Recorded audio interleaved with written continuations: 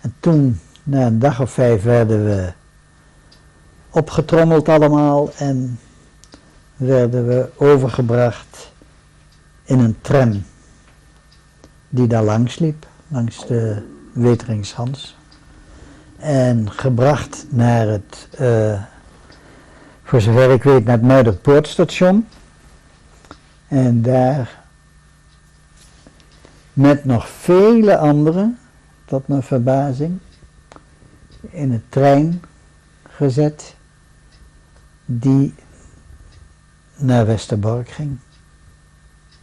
Via de Veluwe, Zwolle, Hogeveen naar Westerbork. Wat was Westerbork voor een kamp? Ja, daar weet ik heel weinig van. Want we werden met een paar 100 man, denk ik, meteen weer in een grote slaapzaal gebracht. En daar kregen we een S op van straf, omdat we ondergedoken waren.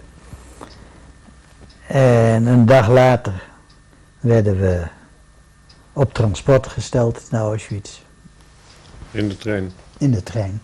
Wat waren dat voor treinen? Dat waren veewagens met stro op de bodem, waar we konden zitten of liggen.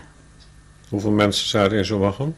We waren met een, niet zoveel, ik denk een man of 50. Schat ik. Kreeg u te eten? Kan ik me niet herinneren. Maar we hadden zelf nog eten bij ons.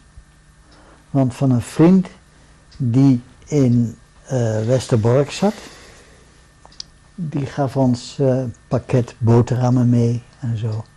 Welk jaar was het inmiddels? Welk jaar zijn we nu?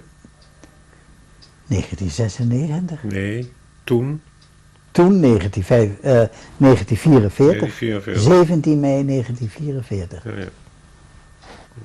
Ik dacht dat u me even testte. Nee. En u was nog steeds met uw broer.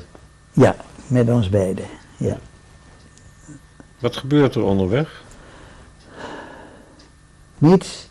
Ik weet alleen nog dat ik door een luikje van die veewagen Bremen en Hamburg heb gezien. En misschien nog een paar andere steden veel verderop. Maar die reis duurde 3 dagen. Had u een idee waar u heen ging? Geen enkel.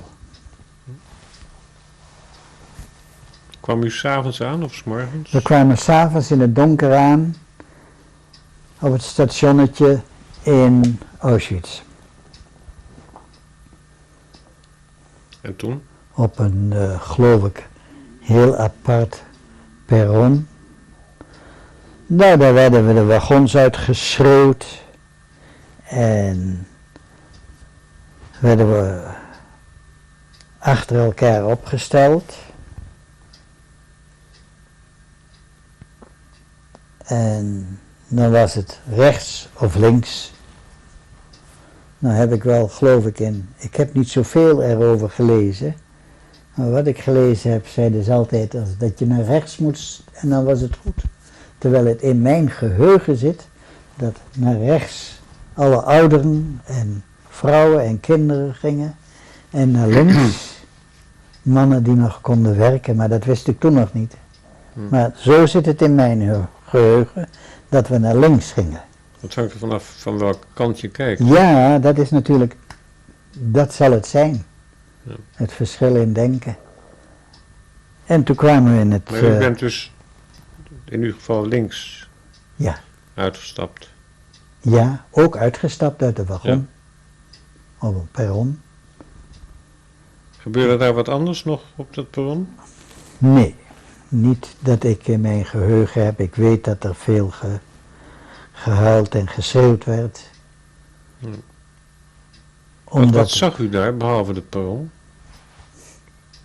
Dromme mensen die uit die trein kwamen en allemaal SS'ers die schreeuwden met honden. En dat wij naar links werden verwezen en de meesten naar rechts. En met inderdaad de kleinste groep van de mensen naar links gingen en Met uw broer? met mijn broer naast me en in het hoofdlager Auschwitz terecht zijn gekomen. Moest u daarheen lopen? Ja, daar moesten we heen lopen. Duurde dat lang? Geen idee, weet ik niet meer.